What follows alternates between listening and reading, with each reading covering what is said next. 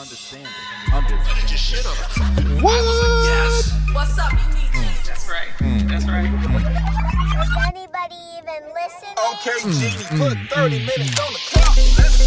Let's go. Hey, we do tracks, we write movies, we write scripts, and scripts. we do doobies, we puff, The Doobie pass. Brothers. Doom. The Hey, new Doobie Brothers. What's up, everybody? One more time, it is Understand This, the podcast. I'm your host and your friend, Finesse Mitchell. Over there to my left is my main man, Genie D's. My brother. Good to see you again. Bro, so much has been going on in our lives personally. Amen. You know what I mean? Right. And we hope that great things have been going on in your life personally, because what's the point of all these podcasts? You know what I mean? If you sitting in the alley, Right. being homeless with a long extension cord, charging your cell phone. I don't know why you homeless with a cell phone. I saw that the other day in LA, bro. I saw a dude sleeping by the telephone pole, and for some reason, this dude had a outlet cord plugged into the store's outlet wall that was on the outside. He said, I need my power. And this dude was charging cell phone. Oh, wow. Homeless as shit. He probably uses that cell phone for, I guess, everything. Schedule, any kind of contact, waiting for jobs. No, he wasn't homeless like he gonna go to a job the next day. No. He was homeless. This was downtown LA. Yes. It's This almost was in the city. It's almost like he had to have. Why would you have a phone? Right. What kind of phone was it? Bro, it was like an iPhone? It looked like an iPhone charger. Apple sponsored it. Yeah. So That was just an ad by Apple. That whole experience. it was weird. Give him a power cable. I didn't see shoes on his feet. Oh, He was homeless, but he had a power cord rigged, and obviously he had power because he was watching the telephone. So, maybe he just stole a phone and the charger. Right. And then I'll be taking. Yes, you know what I mean? Other than that, I just don't know how you could look that homeless, but your phone be so new. A brand new phone. I don't know if it's brand new, but it looked new to a homeless dude. I don't care what he's holding. He could have been holding an Atari. He homeless. Shit look new. What is he doing playing gadgets? I like your Atari. Man, like I said, man, we hope that you guys have been pulling through, adjusting, switching it up, making moves. We not using COVID as an excuse no more, bro. Yeah. Other than I think people should wear the mask as much as you can when it makes sense. And I definitely 1,000% thinks everybody, fuck you. I think you should get vaccinated. Don't give a damn about. There it is. I don't think, because here's my logic and here's my reasoning. If something tragically happens to you, or something, car accident, whatever, and you're rushed to the hospital and you're unconscious, or you are conscious, but they're telling you you lose a leg, or you need a kidney transplant, whatever they inject in you besides morphine to take that pain away, or to kill bacteria, to keep you alive, you're not objecting. You're not like, nah, don't put that shit into me. I want to hurt. I want to stay in pain. I want to bleed out. I want to catch an infection. No, you're saying save my damn life. So you don't question those drugs, but you question this drug that you know the majority of your people that you know personally has taken it, and they're alive. They did not have the side effects that you find the 1 out of 250,000 that something happened. And maybe you're saying, hey, I could be the one. Fuck that. Okay. But then you're going to bitch and complain when they shut this bitch down again and we have to wear masks and or stay quarantined because the numbers went out of control again. I don't get it. Wear the mask. There's At least. Yeah. Yeah. Sam Harris was talking with somebody trying to dispel misinformation and disinformation. But this is the largest scientific experiment in human history. There's a couple 100 million people vaccinated and safe. That's a remarkable historic feat. You know what America needed to do? We needed a movie producer. This should be a promo. This is what America needs to do for COVID. We need to take the real numbers, right? So when COVID was at its worst, it was over 500,000 souls, right? Go well into 600,000 souls, and now it's claiming more lives.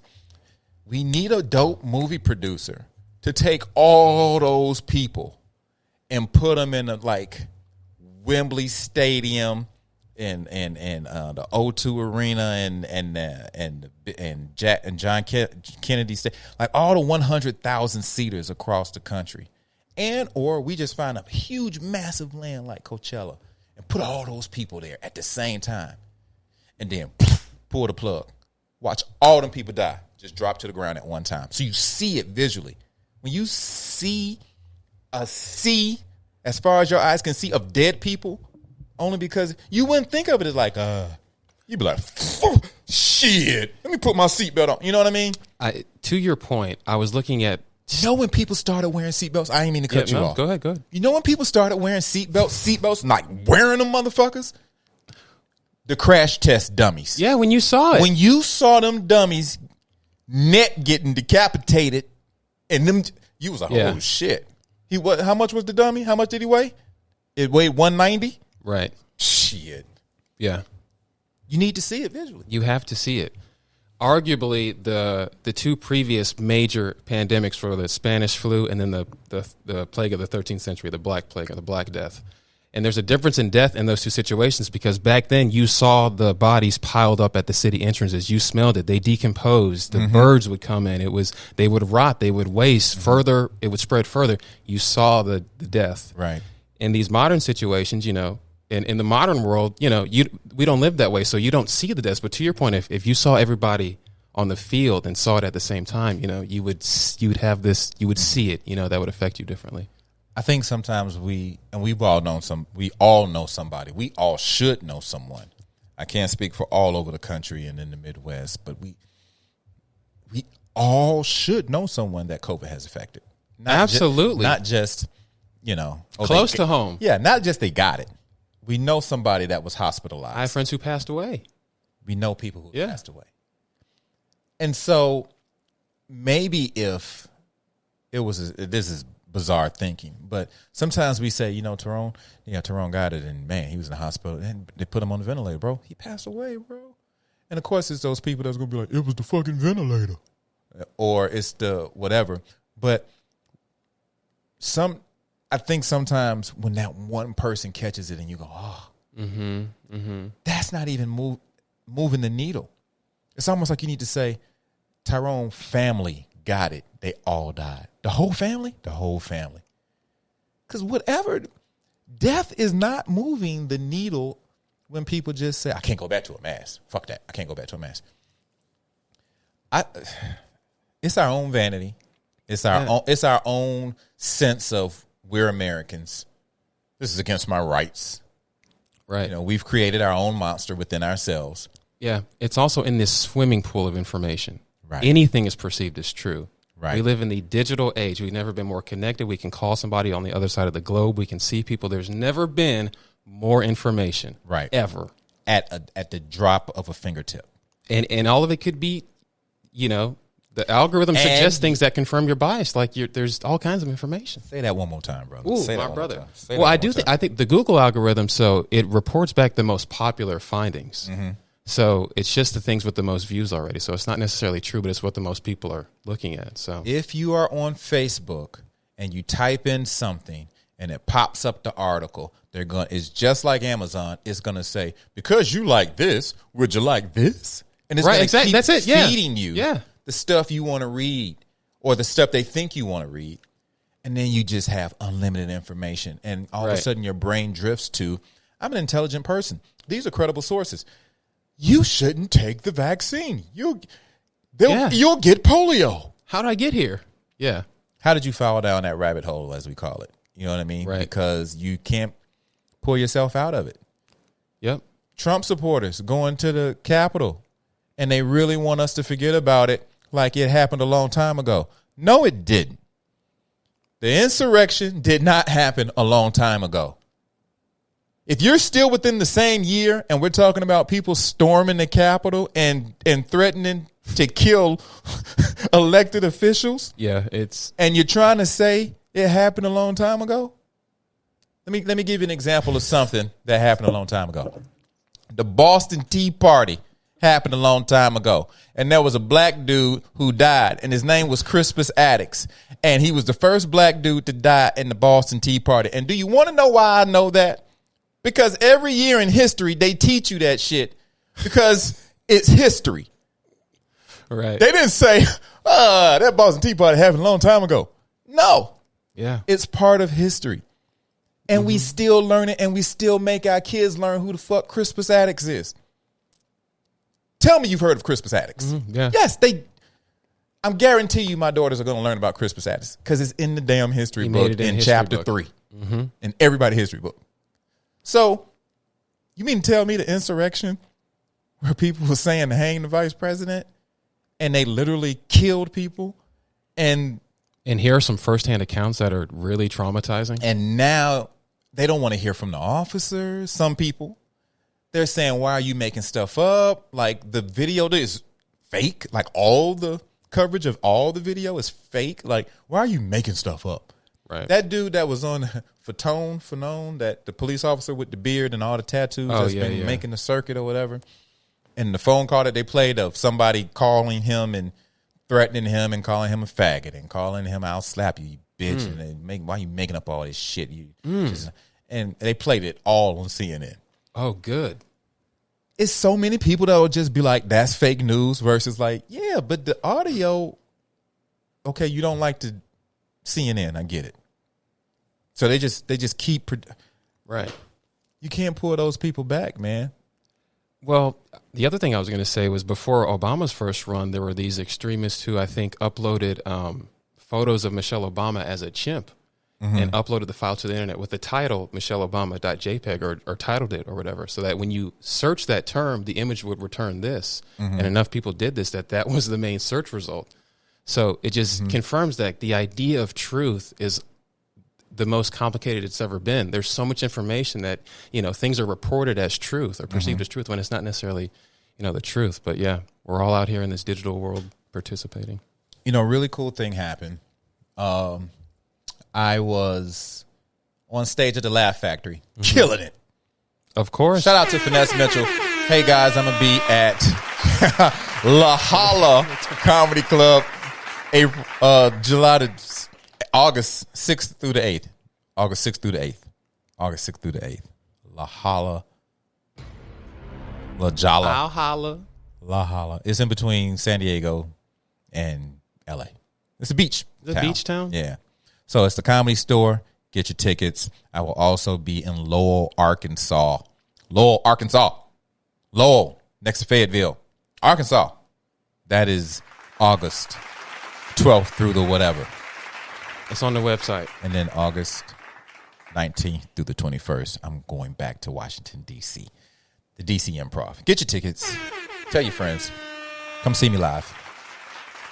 I bring up all that to say, I don't know. I just forgot my point because all of a sudden I got excited about tour dates. What are all the what's this country like, dude? You go to all these cities. I went home and came back. That's it. What's like the whole world like? Very, very cool thing. On my street, that's a dumb way to start it off. Ugh. My neighbor text messaged me after I destroyed the Laugh Factory. Sick. I don't stay anywhere near the Laugh Factory. It's not around the corner from my house. And my neighbor, who is doing quite well, that matte black on a 755 BMW. Ooh, matte black. Matte black. Oh, like took that car Yeah. and had it painted matte black. Yeah, exactly. That's With those a rims. statement. Yes, but that's a huge statement. That's a huge Matte black statement. on that car. Put it up. People who Vince, know. put it up. Vince, put it up. Yes, put that up, Vince. Yes, and the wife drives a BMW SUV, and they do really well in their business. We act like neighbors. We do the wave. Our kids are the same age, and we've been there for 2 years, and we still do the wave. They play sometimes, but lately they have been playing a lot. The kids have been playing a lot. The babysitter nanny brought their kids up over to my house, and that started the conversation outside. And then of course, the parents walked down and we finally started talking Oh, after 2 wow. years of That's living neat. next to each other. That's neat. So he texts me after my set at the Laugh Factory, Mm-hmm. and he says, "I did not fucking know. Holy cow, that was amazing. We're here." And Bro, I'm like, well, "Come upstairs, man. Come holler at me." So him and his wife come upstairs, and they're like, "I kind of knew that maybe you was in show. I didn't know, but how?" And so now we're having this conversation, me and my wife, him and his wife, and this took 2 years to do, to get to that level. And just the other day, we were just talking about, it must just be so exhausting and tiring to hate and be racist, because the only way you kind of feel that way is if, I was saying, you just don't grow up around enough diverse people.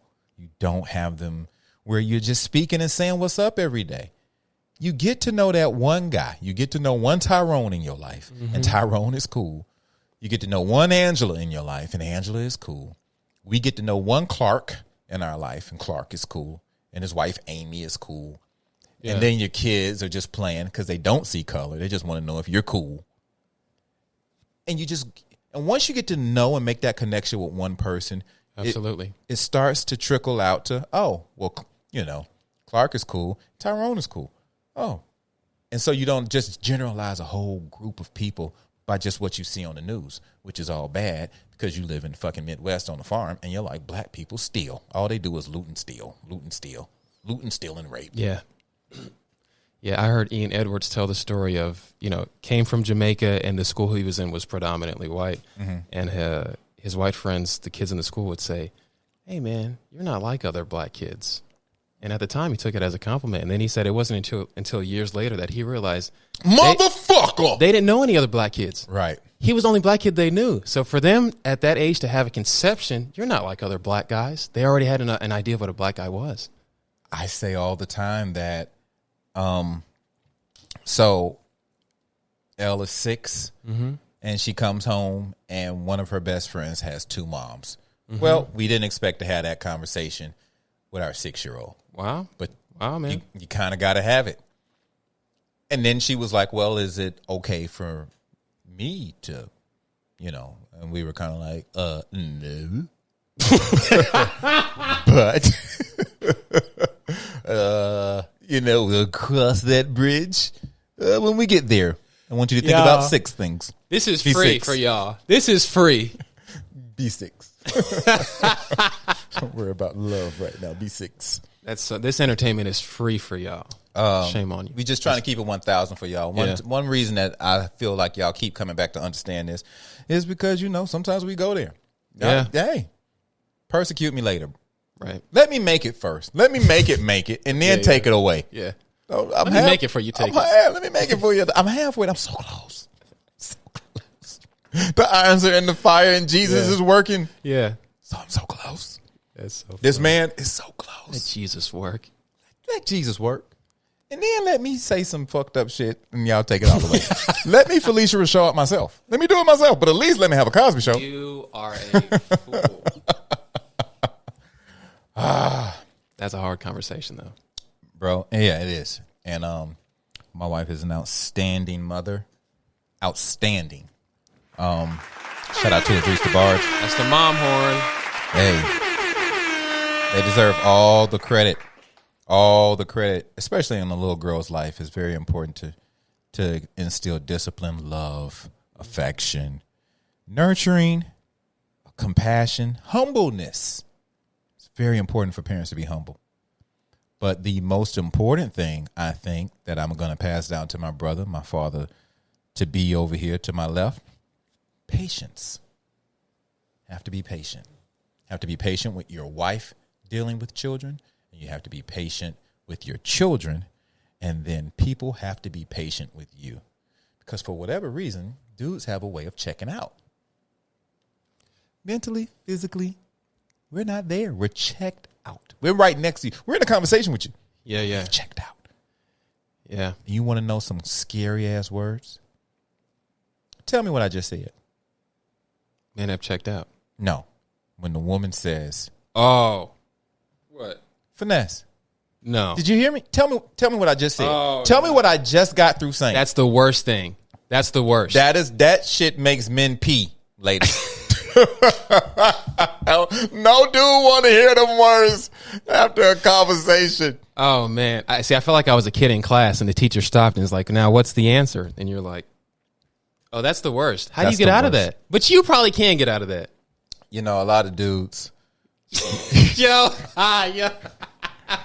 How did you snake your way out of that? Hey man, just like I'm snaking my way out of it right now, man. A lot of dudes. That's so funny. Wear a mask, people. Get the vaccine. No, it's tough. Dudes check out. There's no guy that when you have a great mother, when it's just in you, when you see those kids and you go, my babies. I see it, and I see it on. I see it. It's on a sea of women's faces. So shout out to all the good mothers out there, but yeah, dudes don't be like, my baby. Dudes be like, you know, is he hurt? He all right? He'll get up. What was that noise? Right. And, you know, a lot of us are so busy trying to be a provider, whether you make the most money or not. Like the pressure for a the guy essential needs, to feel like he has to provide, you know, is a very real stress. Mm-hmm. Shelter, protection, financially. Is a very real. Yeah. A lot of pressure. It's a lot of pressure. And so you don't want to go to too many negative vices and use crutches from alcohol to weed to real hard drugs to just projecting your fucking fears on your wife and on your kids and being an asshole just because you stressed the fuck out. Right. You are the patriarch, and damn it, lead with compassion, humbleness, love, and have a sense of humor, man. Make it fun in your house. Make your wife and your kid want to be around you. Don't be dead. Hey. These are free keys for you. This is free right now. Hey, Jeannie. Yes, sir. I don't know what else to say, brother. Once again, we have laid it down. I think this was the whole. I can't say we still catching up. Now we like jumping into what's going on. Hey man, y'all come back for the next episode because you mean tell me we won one? We won one? Kelly Clarkson got to pay her husband $200,000 a month. Jeannie, did the fellas win one? Did we get a win? Hey, y'all rate, review, and subscribe. This has been Understand This.